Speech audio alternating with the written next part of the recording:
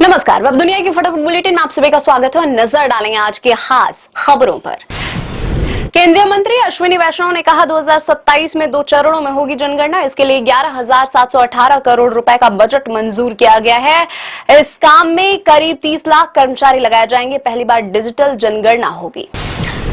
Directorate general of civil aviation ने इंडिगो की safety और ऑपरेशनल कंप्लायंस के लिए जिम्मेदार 4 फ्लाइट ऑपरेशन इंस्पेक्टर को सस्पेंड कर दिया है। डीजीसीए को शुरुआती जांच में एयरलाइन के हालिया ऑपरेशनल संकट से जुड़ी निगरानी में चूक का पता चला था। ये चारों अधिकारी इंडिगो के ऑपरेशनल चेक, सेफ्टी, ओवरसाइट और कंप्लायंस प्रोसेस की निगरानी में शामिल सीधे तौर पर थे।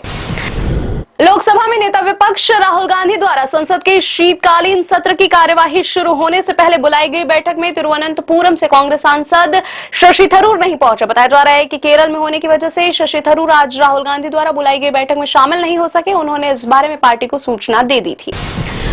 लोकसभा में भाजपा सांसद अनुराग ठाकुर ने कहा, मैं एक बहुत जरूरी मुद्दा उठाना चाहता हूं। जहां भारत का एक राज्य एंटी सनातन धर्म का सिंबल बन गया है, उनके मंत्री सनातन धर्म के खिलाफ बयान दे रहे हैं। लोगों को मंदिर तक पहुंचने के लिए कोर्ट जाने पर मजबूर होना पड़ा।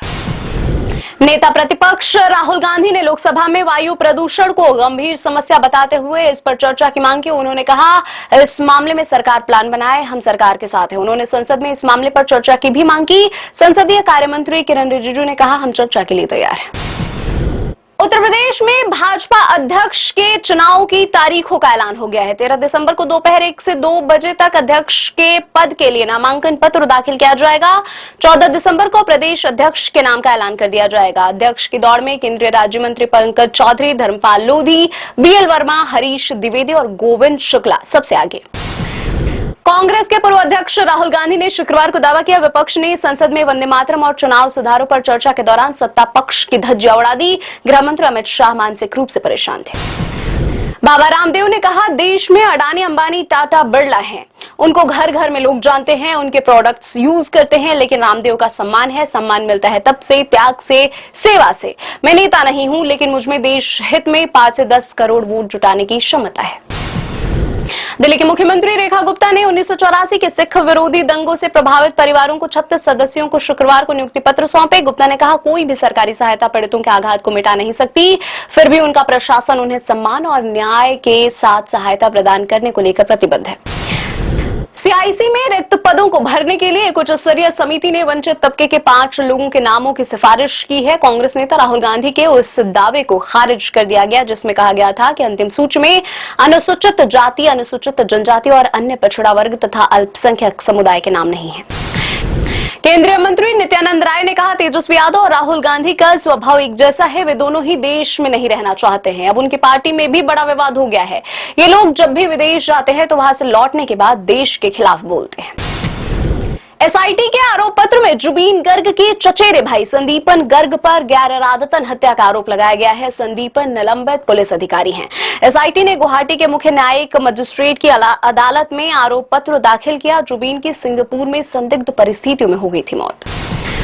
बंगाल में विधानसभा चुनाव से पहले मंदिर मस्जिद को लेकर बढ़ते राजनीतिक विवाद के बीच बृहस्पतिवार को सॉल्ट लेक के विभिन्न इलाकों में पोस्टर लगाए गए। इसमें महानगर के पूर्वी छोर पर अयोध्या शैली के राम मंदिर परिसर बनाने की योजना की घोषणा की गई है। परिसर में विद्यालय, अस्पताल, वृद्धाश्रम और अन्य कल्याणकारी सुविधाएं उपलब्ध कराने का वादा किया गया है। सिंगापुर स्थित भारतीय उच्चायोग ने विदेशों में संकटग्रस्त भारतीय महिलाओं की सहायता के लिए सरकार की योजना के तहत एक वन स्टॉप सेंटर स्थापित किया है। यह पहला भारतीय सरकार की सखी वन स्टॉप सेंटर योजना के अंतर्गत की गई है, जो विदेशों में महिला केंद्रित कल्याणकारी पहलों के विस्तार की दिशा में एक महत्वपूर्ण कदम है। पाकिस्तान के खैबर पख्तूनख्वा प्रांत में मुख्यमंत्री मोहम्मद शोएब अफरीदी ने कहा, पूर्व प्रधानमंत्री इमरान खान और उनकी पत्नी बुशरा बीबी के साथ जेल में दुर्व्यवहार किया जा रहा है। अदियाला जेल प्रशासन ने अफरीदी को इमरान से मिलने की अनुमति देने से इनकार कर दिया था। जापान के पूर्वोत्तर हिस्से में आए 6.7 तीव्रता के भूकंप के बाद शुक्रवार को सुनामी की चेतावनी जारी की गई। भूकंप से जानमाल के नुकसान को लेकर अभी तक स्पष्ट जानकारी नहीं मिल पाई है। खुदरा मुद्रास्फीति नवंबर में बढ़कर 0.71% पर पहुंची। सरकारी आंकड़ों के मुताबिक इससे पिछले महीने यानी अक्टूबर में यह 0.25% पर थी। रुपया भी 10 पैसे टूटकर अब तक सबसे निचले स्तर पर पहुंचा। सप्ताह के अंतिम कारोबारी दिन शुक्रवार को सेंसेक्स 450 अंक उछलकर 85,268 अंक पर हुआ बंद। निफ्टी भी 148 अंक की बढ़त के साथ 26,047 अंक पर हुआ बंद। धुरंधर ने बॉक्स ऑफिस पर पार किया 200 करोड़ का मार्क। फिल्म ने 7वें दिन किया 29 करोड़ रुपए का नेट कलेक्शन। धुरंधर का टोटल कलेक्शन हुआ 215 करोड़ से ज्यादा। फिल्म में रणवीर सिंह, अक्षय खन्ना और संजय दत्त जैसे सितारे हैं अहम किरदार में।